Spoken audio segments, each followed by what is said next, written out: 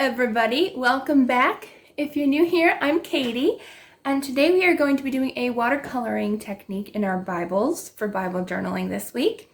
And I'm only going to be using a few items today. I'm going to be using watercolors. You can use any watercolors that you want to. And I'm also going to be using some washi tape. I'm not sure on size yet. It doesn't matter what it looks like, as I'll show you in a little while. And then I also want to use stamps. If you don't have stamps, then don't worry about it. As well as my ink, of course, for my stamps. And, of course, a brush for watercolors. You can use any brush that you want to if you don't have a watercolor brush. And then I'll also be using my Micron pens and my Tombow Fudenosuke brush pen for lettering. So that's all I'll be using today, I think. Yep, okay, we're all set. So we're going to be journaling in Proverbs 8, verses 32 through 34. And before we get started, let's go ahead and say a quick prayer. Dear Lord, thank you for being with us every single day. I pray that you will help guide us in our journaling, Lord. And I just pray that we will grow in our faith daily with you and that we will be an encouragement to others and bring joy to others, Lord, in your name. In Jesus' name, amen. Okay, so I saw a fun idea on Pinterest. I thought it was cool. It was just an art page, but I thought it'd be really cool for Bible journaling. It's very easy, very simple. I'll also be using a clean tissue, hence the word clean. Just make sure it's clean. But I'm gonna go ahead and I'm thinking purples and blues. One of my favorite color combinations, I think. So we're gonna I'm using the tissue for blotting because I don't want it to be super dark colors. This is gonna be very light pastels and fun. And I'll try to link down in the description box below my original inspiration for this page. Because if I do get inspiration from other artwork, then I do try to link everything down below. So I got my pen nice and wet, and I'm gonna go ahead and I'm thinking I'm going to use the blue first. So I'm a lefty with painting. There we go. If you've seen me use my right hand, it's because I am ambidextrous and I do like the way my right hand writes better for some reason when I do hand lettering. But I'm going to use this periwinkle, really pretty periwinkle. And I'm just going to go ahead and add a little color on top. And I'm using this to blot. So I thought that actually that does work really nicely. I wasn't sure if blotting was going to work really well because I never blotted before, but you know what? It actually didn't work. So I'm going to go ahead and add a little bit more color. I have a piece of dust. There we go. I had to get off of there. I'm not going to use a ton of the blue, but just a little bit. And I like the blotting because it does give it a more lighter color. And you probably can see the blue. It is pretty light. So I'm going to go ahead and add a little bit more color to this. And maybe a little bit of the darker blue as well. So I'm going to add like this nice teal color. Let's see. I have my color chart above me, so I know what colors I want to use. So I just want a little bit of the aqua color up here. And I do have a piece of paper underneath my art, so that way nothing will go to the next page underneath it. And if you use less water, then it won't bleed through your pages too much. Or most likely not at all if you're careful. Yep, nothing. Oops, I actually put it in the wrong page. Oh no. I had it on the wrong page, but you know what? That's okay. Things happen. Okay, and I'm going to go ahead and add a little bit more of that blue and then the darker blue combination I'm going to do in this corner. And don't worry about covering up the words because as you blot it, it will end up being clear enough to see your words underneath. So you can go ahead and have fun with watercolors on your Bible page. Okay, and then I'm going to go ahead and add some of the darker blue to it. I like the darker blue.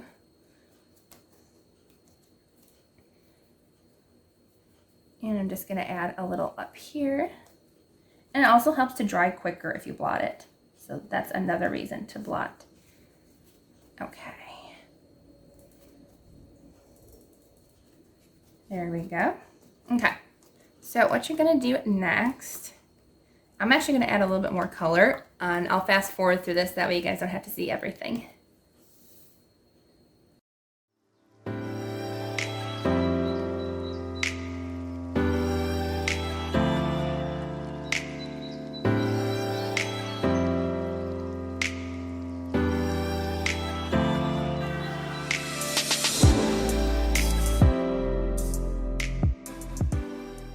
Okay, so once that's done, we're gonna go ahead and use our washi tape. I think the thicker one's gonna be the best, but we're just gonna put some stripes down, and it doesn't matter what color washi tape you use because it's not gonna stay on there.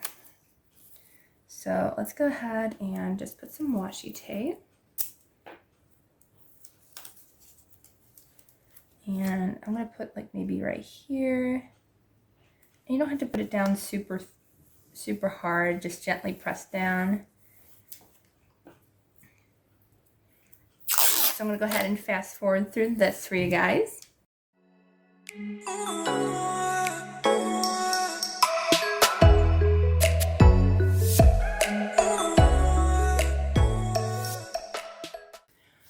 Okay, so I have my washi tape laid down, and if you didn't notice, I used yellow, which is not one of my most favorite washi tapes to work with, at least not this, like, I don't know, chevron, I guess? Kind of almost chevron washi tape. So I used one that I don't technically like to use a lot, so I didn't waste any washi tape. That was my favorite. Okay, so let's go ahead and add some fun color.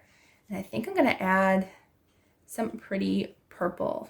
Now this looks really dark, but it's really not that dark, especially if we're gonna use our nice blotting tool. But we're gonna go ahead and add some pretty purple. I'm gonna go all the way to the edge with this because why not? And honestly, I might not have to use the blotter because it's a really nice light purple. It doesn't look super dark or anything. So I'm gonna go ahead and have fun with this.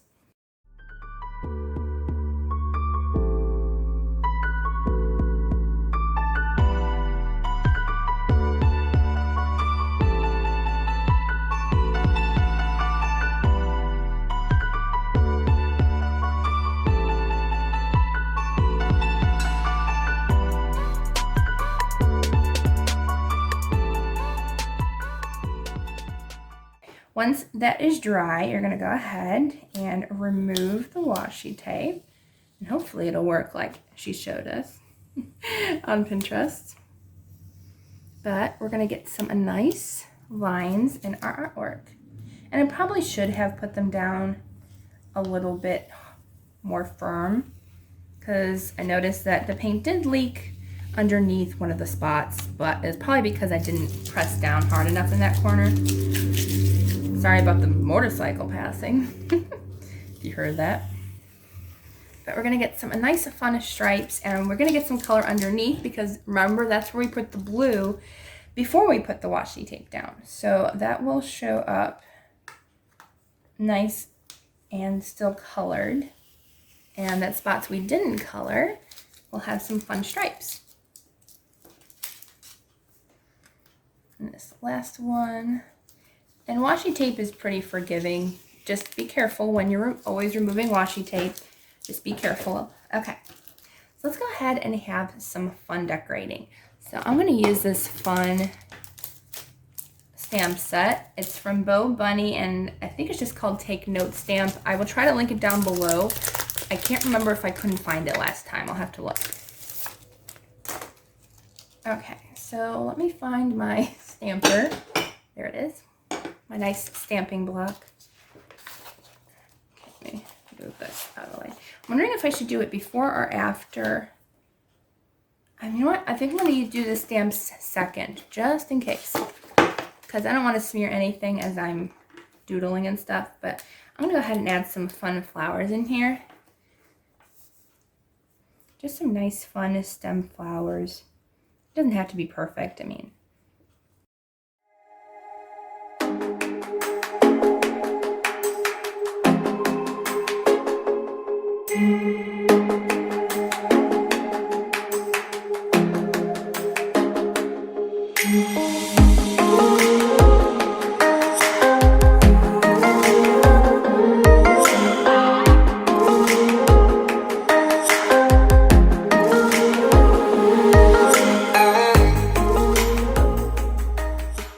finished the cute little flower sketches. If you didn't notice, my pen was running out of ink, but I think I made it look more sketchy, so I just went with it and decided not to switch to a new pen. So I might need a new one of those. Okay, so I think I'm going to do the writing first, and I'm going to go ahead and do the stamping after, maybe. I don't know. Because I'm wondering, because these are archival ink. So these are permanent. They won't smear or smudge after you're done. But my Tombow, this is a hint for you, my Tombow is water-based. So if you're going to put ink over it, it may or may not smudge it because it's water-based ink, I believe, as well. Well, it says pigment, but I believe it is water-based. Oh, it says made in USA. That's nice.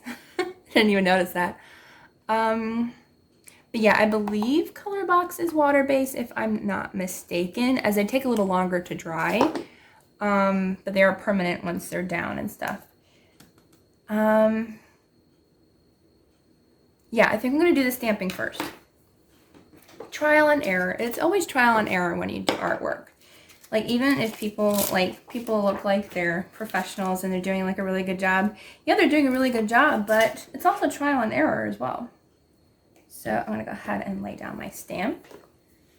It's very, very humid in here, so everything feels weird compared to wintertime. Okay, I'm definitely doing black because that's the color. That's the color we use for our flowers. Because my stamp feels weird too today because it's very moist out. That's okay. You do what you gotta do. Okay, so let's see. Where do I want to put this? I think up here. Up in the corner. As far in the corner as I can get. Press down. There we go. So it is very, very light. I like having the stamps just be more light for some reason. These ones are really light, these letter ones, and they're really nice. I like these. So I'm going to use the other one that looks more like a full, whatever it's called, a full sentence. So I'm going to fast forward through this for you.